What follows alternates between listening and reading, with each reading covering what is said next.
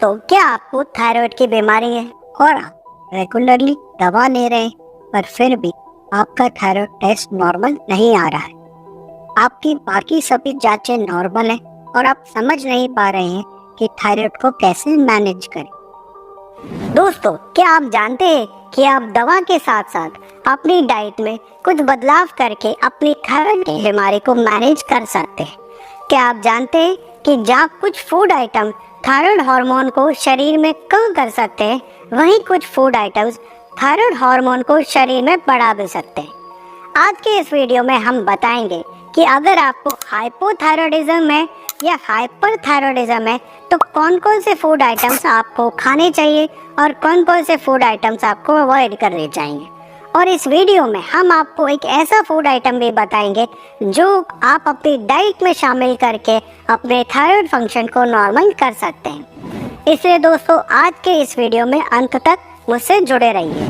नमस्ते। डाइट और lifestyle modification आजकल हर दूसरी बीमारी के लिए एडवाइस की जाती है और सच भी है कि दोनों फैक्टर स्वस्थ जीवन का एक अभिन्न अंग भी है। तो ज़रूरी है कि हम यह भी जानें कि कैसे डाइट हमारे थायराइड फंक्शन को प्रभावित करती है। पर इसके लिए पहले थायराइड ग्लैंड के बारे में थोड़ी बात कर लेते हैं। थायराइड ग्लैंड हमारे गले में एक तितली के आकार की ग्रंथि होती है जो थायराइड हार्मोन T3 और T4 बनाती है और इसका कंट्रोल मस्तिष्क में पाए जाने वाली पिट्यूटरी ग्रंथि द्वारा TSH हार्मोन बना के किया जाता है। थायराइड की बीमारी के डायग्नोसिस के लिए T3, T4 और TSH हार्मोन को ब्लड में चेक किया जाता है और इसी से हाइपो और हाइपरथायराइडिज्म का पता चलता है। इन दोनों बीमारियों में से हाइपोथायराइडिज्म ज़्यादा कॉमन बीमारी है। हाइपोथायराइडिज्म का सबसे कॉमन कारण है हैशिमोटोस थायराइडाइटिस, जहाँ शरीर का इम्यून सिस्टम ही थायराइड ग्रंथि पर अटैक करने लगता है और थायराइड हार्मोन का लेवल ब्लड में कम हो जाता है। इसे डायग्नोज करने के लिए TPO एंटीबॉडी टेस्ट भी कराए जाते हैं। हाइपोथायराइडिज्म में थकान, वजन बढ़ना, ठंड लगना जैसे लक्षण मरीज को हो सकते हैं। वहीं हाइपरथायराइडिज्म में मरीज को गर्मी लगना, बेचैनी होना, वजन कम होना जैसे लक्षण होते। इन दोनों ही बीमारियों को दवा से कंट्रोल किया जा सकता है, पर अगर हम डाइट में भी कुछ बदलाव करें तो दवाओं का डोज कम भी किया जा सकता है। तो सबसे पहले हम बात करते हैं हाइपोथायराइडिज्म में डाइट के बदलावों की, कि आपको क्या खाना है और क्या नहीं खाना है। सबसे पहले हम बात करते हैं कि आपको डाइट में ज़्यादा क्या शामिल करना चाहिए। इनमें सबसे पहले ज़रूरी है आयोडीन। आयोडीन थायराइड हार्मोन बनाने के लिए सर्वोपरि है और डाइट में आयोडीन की कमी सबसे कॉमन कारण है जिसकी वजह से हाइपोथायराइडिज्म होता है। पहले जब लोग सामान्य नमक खाते थे तब इस कमी की वजह से हाइपोथायराइडिज्म काफ़ी कॉमन था, पर जब से आयोडाइज नमक आया है तब से ये आयोडीन की कमी इतनी नहीं मिलती है। आयोडाइज सॉल्ट के अलावा और भी फूड आइटम्स आप खा सकते हैं जिसमें आयोडीन होता है, जैसे कि समुद्री भोजन जिसमें आते हैं समुद्री एल्गी, मछली, ऑयस्टर। इसके अलावा गेहूँ और रागी के छिलकों में भी आयोडीन होता है। और तो और डेयरी प्रोडक्ट्स और अंडे भी आयोडीन में रिच होते हैं।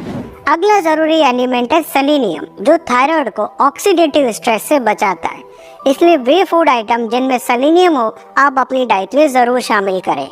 इनमें आते हैं दालें, अंडे, ब्राज़ील नट्स, टूना और सार्डाइन मछली। हाइपोथायराइडिज्म के मरीजों को रोज़ एक ब्राज़ील नट खाना चाहिए। एक ब्राज़ील नट में 68 से 91 माइक्रोग्राम सेलेनियम होता है। ब्राज़ील नट में TPO एंटीबॉडीज़ का लेवल भी कम करता है, इसलिए यह उन लोगों के लिए भी फायदेमंद होता है जिन्हें हैशिमोटोस थायराइडाइटिस है। अगली ज़रूरी न्यूट्रिएंट है जिंक। सेलेनियम की तरह जिंक भी थायराइड हार्मोन बनाने और थायराइड के फंक्शन में मददगार होता है। जिंक रिच फूड्स होते हैं दालें, डेयरी प्रोडक्ट्स, नट्स, सीड्स, अंडे, मीट, फिश, होल ग्रेन्स और डार्क चॉकलेट। इसके अलावा थायराइड हार्मोन के उत्पादन के लिए ट्रिप्टोफैन अमीनो एसिड भी बहुत ज़रूरी होता है, जो हमें एक प्रोटीन रिच डाइट से मिल सकता है। इसलिए अपनी डाइट में प्रोटीन बढ़ाएं। आप दूध लें, चिकन और मटन लें। इसके अलावा आप vitamin D, vitamin B12, iron, magnesium की कमी भी अपनी डाइट में ना होने दें और समय समय पर अपने डॉक्टर की राय लेकर इनका ब्लड लेवल चेक करवाते रहें। अब बात करते हैं उन फूड आइटम्स की जो हाइपोथायराइडिज्म में आपको बिल्कुल अवॉइड करने हैं। इनमें सबसे पहले बात करते हैं गोइट्रोजन ग्रुप के फूड आइटम्स की। गोइट्रोजन थायराइड हार्मोन के उत्पादन में बाधा डालते हैं। ये क्रूसीफेरस फैमिली की सब्जियों में मिलते हैं, जैसे कि पत्ता गोभी, फूल गोभी, ब्रोकली, मूली, काले, बॉक चॉय, ब्रुसेल्स स्प्राउट्स आदि। गोइट्रोजन ग्रुप में सोयाबीन और बाजरा भी आते हैं, इसलिए आप सोयाबीन से बने सभी फूड आइटम्स को अवॉइड करें, जैसे कि सोयाबीन की बड़ी, सोया सॉस, टोफू। आपको सैचुरेटेड फैट्स और ट्रांस फैट्स भी अवॉइड करने चाहिए और गुड फैट्स ही अपनी डाइट में लें, जैसे कि पूफा और मूफा, जो हमें कच्ची घानी तेल से मिलते हैं, जैसे कि तिल का तेल, सरसों का तेल, ऑलिव ऑयल। इसके अलावा हाइपोथायराइडिज्म के मरीजों को ऐसे फूड आइटम्स अवॉइड करने चाहिए जो शरीर में ऑक्सीडेटिव स्ट्रेस और इन्फ्लेमेशन को बढ़ाते हैं, जैसे कि प्रोसेस फूड, जैसे कि बैकॉल, सॉसेज, हॉट डॉग, सलामी, जंक फूड जैसे कि बर्गर, फ्राइज, तला भुना खाना जैसे कि समोसा, कचौड़ी, बड़ा पाव, कोफ्ता, बोंडा आदि। स्टडीज में पाया गया है कि हैशिमोटोस थायराइडाइटिस के मरीजों को ग्लूटेन फ्री डाइट से भी काफ़ी फायदा मिलता है। तो ग्लूटेन फ्री डाइट भी आप ट्राई कर सकते हैं, जिसमें वे सभी चीज़ें आपको नहीं खानी है जिसमें ग्लूटेन होता है, जैसे कि गेहूँ है, जौ है, बार्ले या राइस।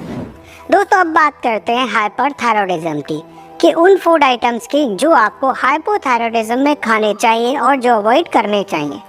हाइपरथायराइडिज्म में आप सभी फूड आइटम्स बिना किसी परेशानी के खा सकते हैं, बस ध्यान इतना ही रखना है कि डाइट में आयोडीन कम लेना है। आयोडीन कम करने के लिए आप आयोडाइज नमक कम कर सकते हैं। सी फूड्स जैसे कि आयोडीन रिच फूड्स आइटम भी अवॉइड करें। तो देखा दोस्तों, डाइट में बदलाव करके आप अपनी थायराइड की बीमारी को भी सुधार सकते हैं। दोस्तों, उम्मीद है मेरे द्वारा दी गई यह जानकारी आपके लिए लाभप्रद होगी।